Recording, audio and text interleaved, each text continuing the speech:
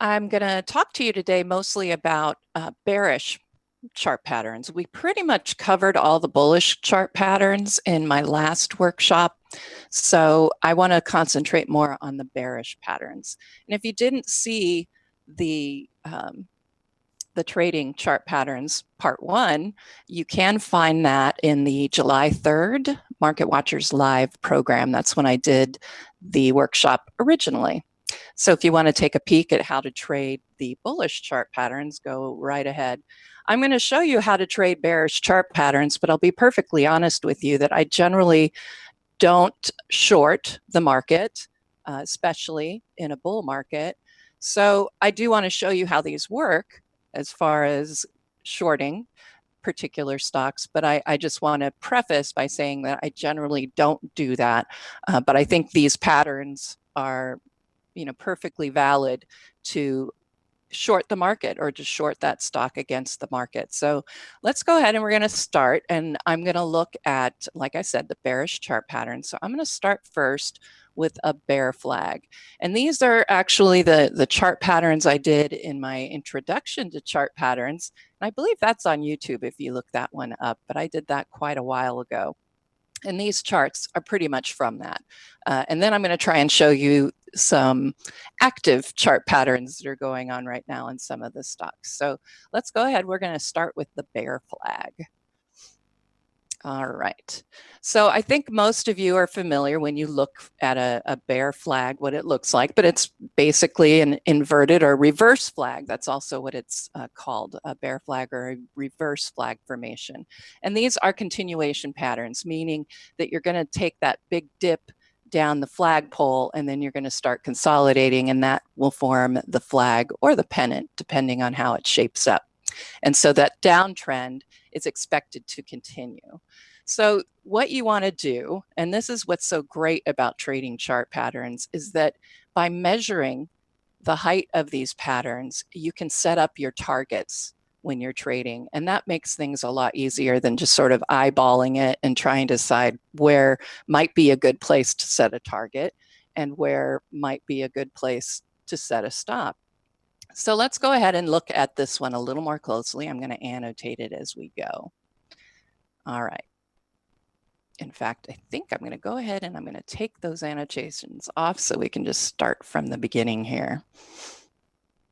All right. Actually, now let's leave that. Okay, so I'm going to show you there's that reverse flag that we're looking at. And with flag formations, the height of the pattern added to the top or the breakout point from the flag gives you the minimum downside target for a reverse flag. Okay, so we're looking, as far as bearish formations go, we're looking for minimum downside targets.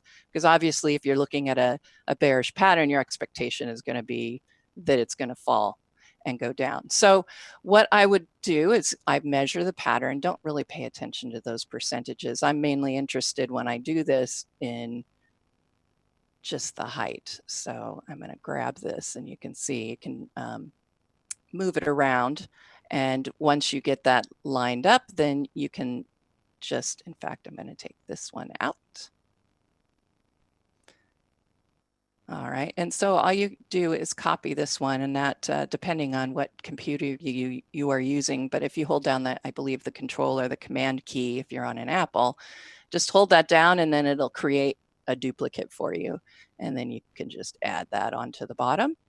And that gives you your minimum downside target. So the question is, of course, well, where do you set your stop? And a stop, of course, when you're shorting is going to be higher. So how much can you take as far as the short to the upside? Well, I find with bear flags, typically you can just use where that flag is ending or topping here. Like we can see here, it tops out at right about here at 82.50. So in this case, I would set my stop. I'm going to just draw a horizontal line right up here at about 82.50. And we know my downside target is all the way down here at, well, it looks like $76. So The reward to risk that's set up here is quite nice. And that's what you really want to look for when you're doing these chart patterns, is figuring out, how much risk you're going to take on the loss right here, of course, and then what your reward will be is if you hit your target. So this would be your setup for a bear flag and how you would do that. So let's go, and I want to go show you a more up-to-date one so we can look at something that's happening right now. And here is Ford Motor Company, and I found a reverse flag here. So let's go ahead and annotate it and see how we would measure our upside and downside targets. So right here, you can see there's your percent change. All right, and we're going to make this the height of the pattern. So let's get right on in here. So that would be the height of the pattern, and now we want to see where our minimum downside target will be. So I'm going to, like I said, hold down that control key or command key and line that up. And this gives me my minimum downside target. Well, clearly it's lower than this previous support. I would probably go ahead and just set my stop or my minimum downside target around $10. Yes, you could go with a target that is more, but I think I would set it right here and then set up a recheck is what I call it. I kind of, when I'm trading, I tend to check, what I'm doing as it's going. And if I hit an intermediate stop or target that I've set up, that's my clue to go recheck it and make sure it's doing what it's supposed to be doing. So right now we can see this flag is executed. Our minimum downside target is way down here at, oh my goodness, well, we could probably say that's at $9 possibly. So you can set that as your minimum downside target, but where do we set the stop? And like I said, we want to look at maybe the top of that flag formation. Or in this case, we can see it even lines up in the thumbnail with the 200-day EMA. So there's another thought as to why you might set your stop here on your short trade. And then, really while you're watching the pattern, if you keep track of your investments, it doesn't have to be daily, but if you keep track of them and you watch the PMO, it can also give you some hints as to whether it's going the right direction. And I can see that we've already had that breakdown from that flag, and the PMO is accelerating and still moving lower and is not oversold. So in this case, I would expect, to reach this downside target, or at least at the $10 range. So I would probably set my stop right up there around 11.25 or the 200-day EMA. And then that gives me my risk right here. But look at the reward is quite good here. So let's go ahead and we're going to look at the next pattern. And that one is going to be a rising wedge or an ascending wedge.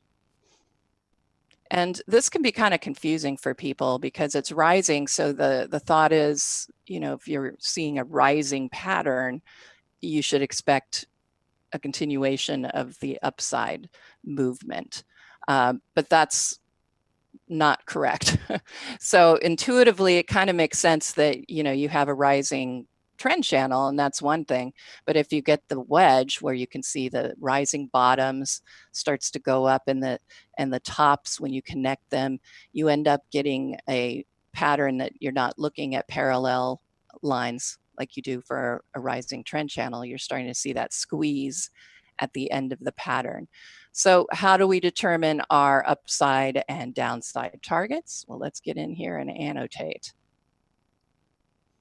All right. Now, with wedges, it's sometimes not clear as to how you do your measurements. And I will admit to the fact that these measurements of some of these chart patterns are not necessarily textbook. Not everybody in the books that I've read, in the textbooks, necessarily use these ways of measuring patterns, but I have seen them measured the way I'm going to show you. So it's something that you can, I think, use as far as setting up those targets and stops. So right now, the height of this pattern, you go back to the last top and bottom, and that's where you measure. So right here, we can see that that's about the height of this pattern. And we want to measure it, we're going to drag it over here, from the breakdown point from the wedge, okay? And so that tells you, if you get the breakdown, how far you should expect it to fall. Now, I would say when I looked at if I were to look at this pattern, I could see that that would line up pretty much with this support at the bottom of this wedge. I would probably go a little bit further on my target, because the other thing you can do, of course, is to look for major support and resistance, and that can also help you with setting your targets and your stops as well. But I wanted to give you an idea of how you can measure the patterns and then look for the size of that breakdown. So in this case, this is a pretty small rising wedge, and it's not really giving us that much information as far as the height and where it's going to go as far as a target. I mean, 2.82% is not something I would be looking at as a possible trade. But I'm going to drag this out. You can see that it does match up quite well, the downside target here, with previous overhead resistance, now support. So it matches pretty well there. And again, though, I would be looking for a better risk reward, right? You really want to see more on what you can do here. So I would look for the fact that, okay, we do have a bearish formation, but I would start to pay attention to where my EMAs are, what the PMO is doing, and that could give you some help as well as to whether the chart pattern is really viable and, tradable. So I'm going to show you also where we might find some support and resistance that would help you with this trade as well. Now I'm going back here and I'm looking at the tops that we had back in, well, earlier in that year. And that, I think, lines up with some interesting target. And you can see we actually would have hit that target down here off of that decline.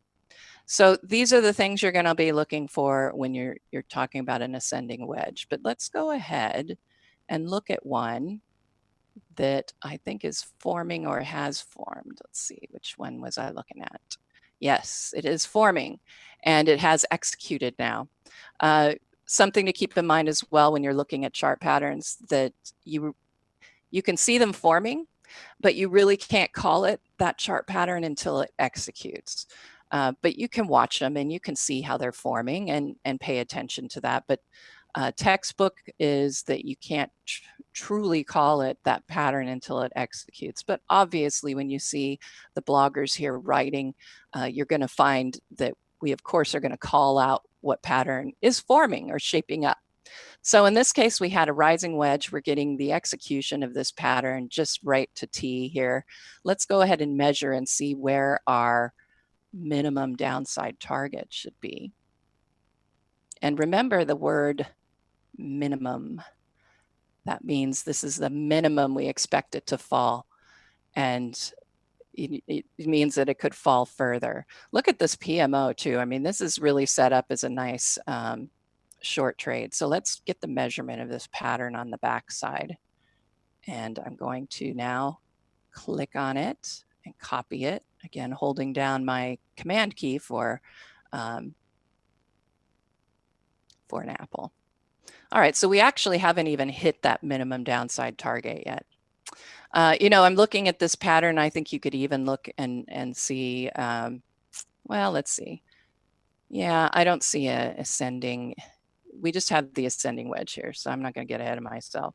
So here is our minimum downside target. Let's see if that lines up with any support and resistance we already have out there.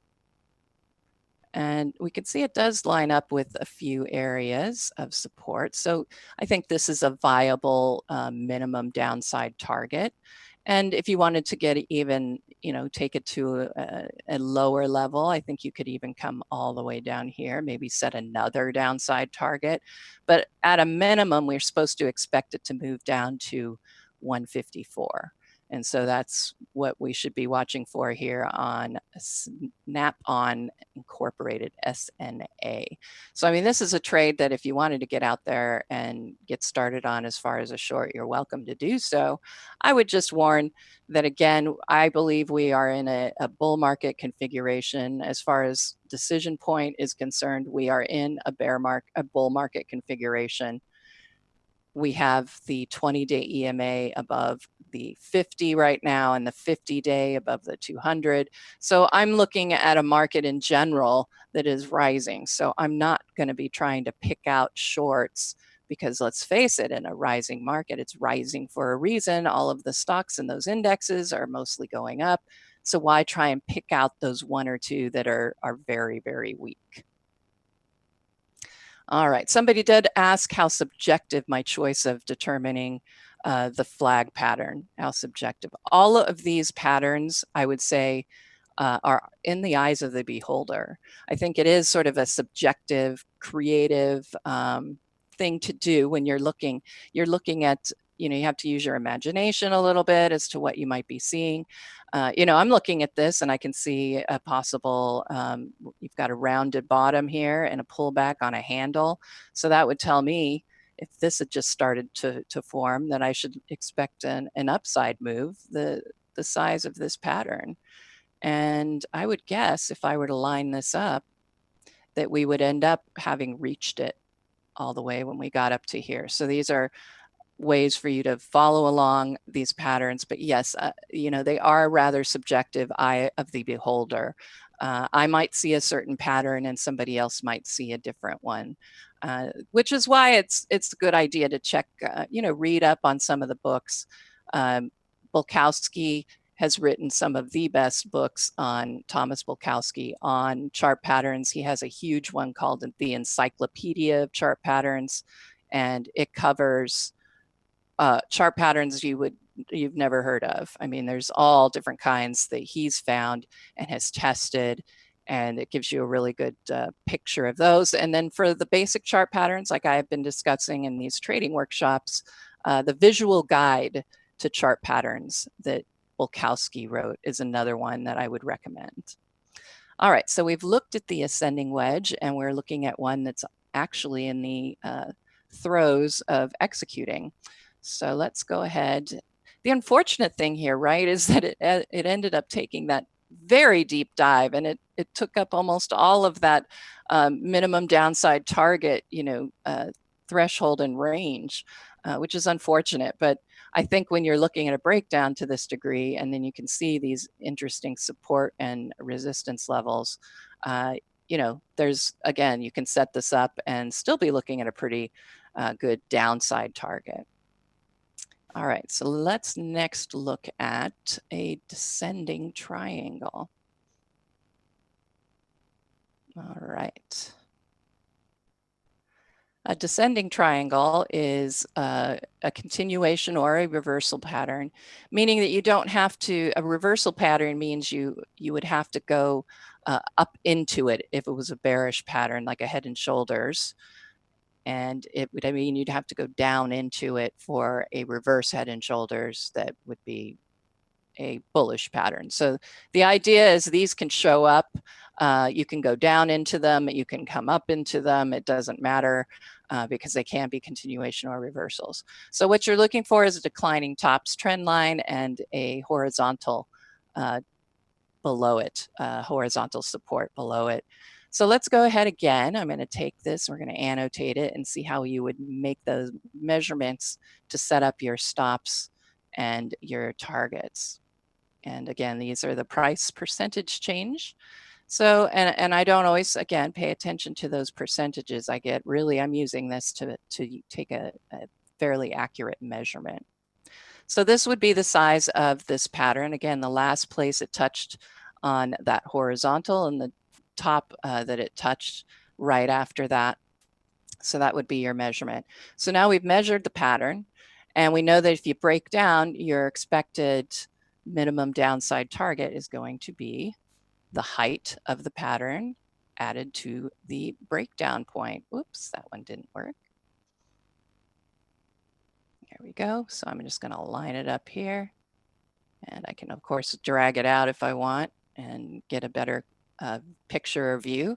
So we had this descending triangle. It activated back here when it slipped below 200. And the minimum downside target was set down here at about 182.50. Again, minimum downside target. Where would you set your stop here? It might not be so clear.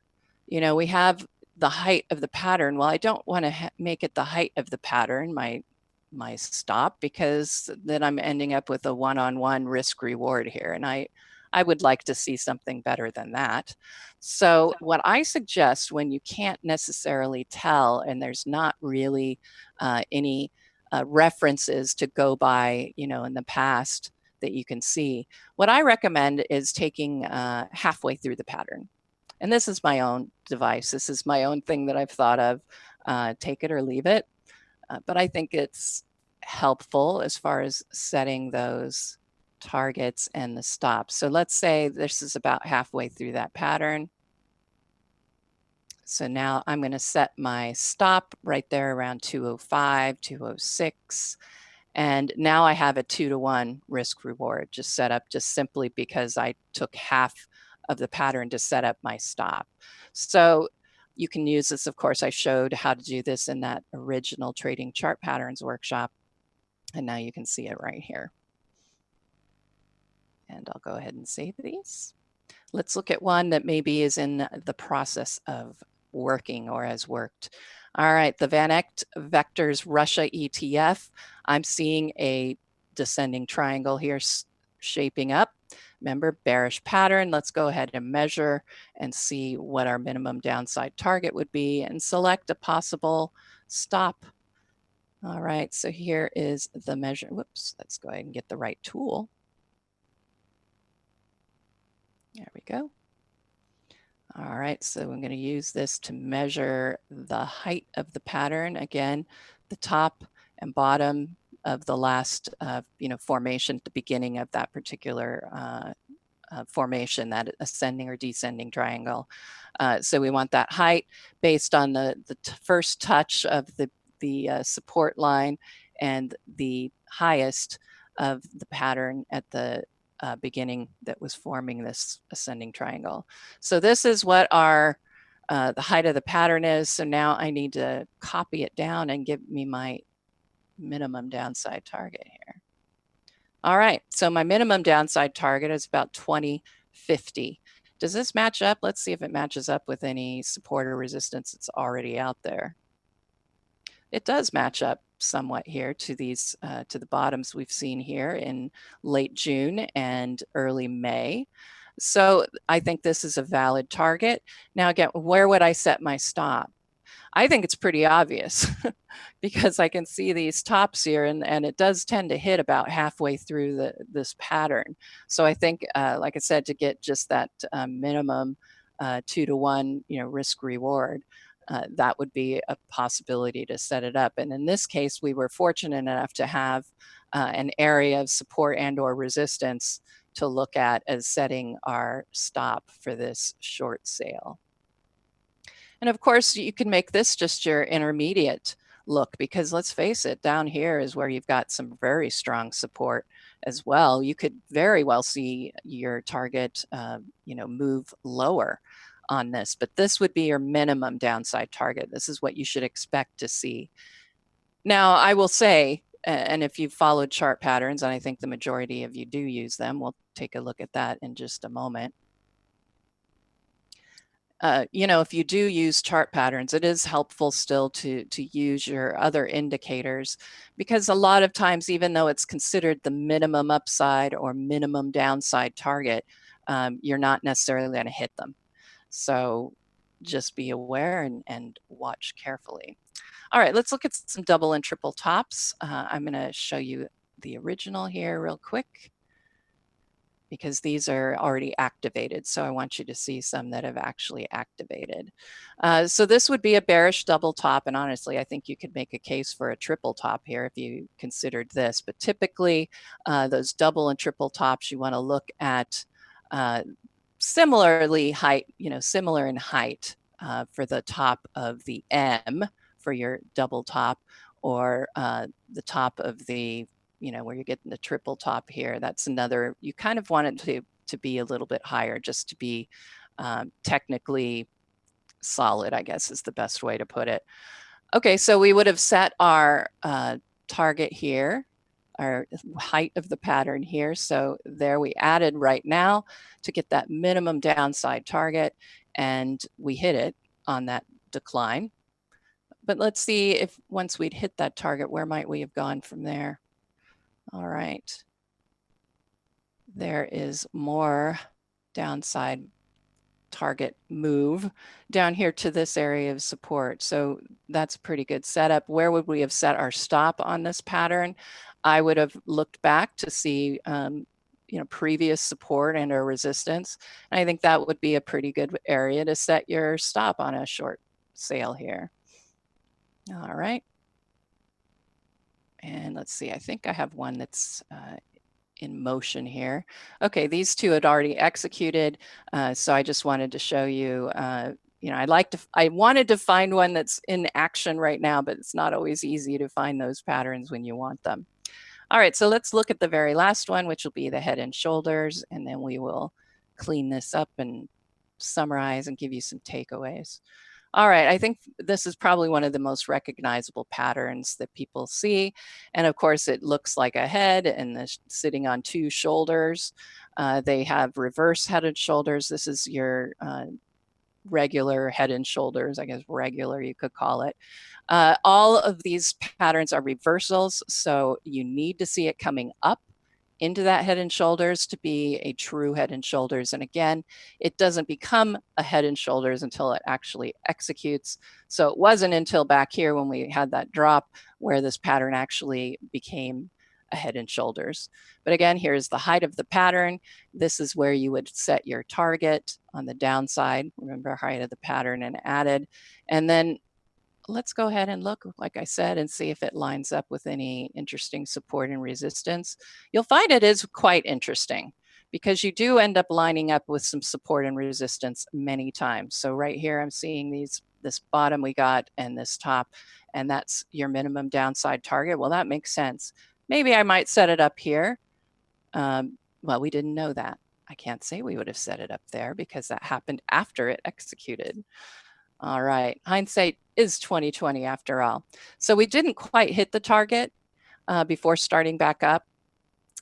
So, that would have been, you might want to reset your stops, as it goes, as you're watching them, because watching what's going on with the PMO can be very helpful. And you can see it was starting to turn up back here. All right, I am going to let that one go, and I'm going to just see very quickly if I have one that is in play. And yes, this one is in play.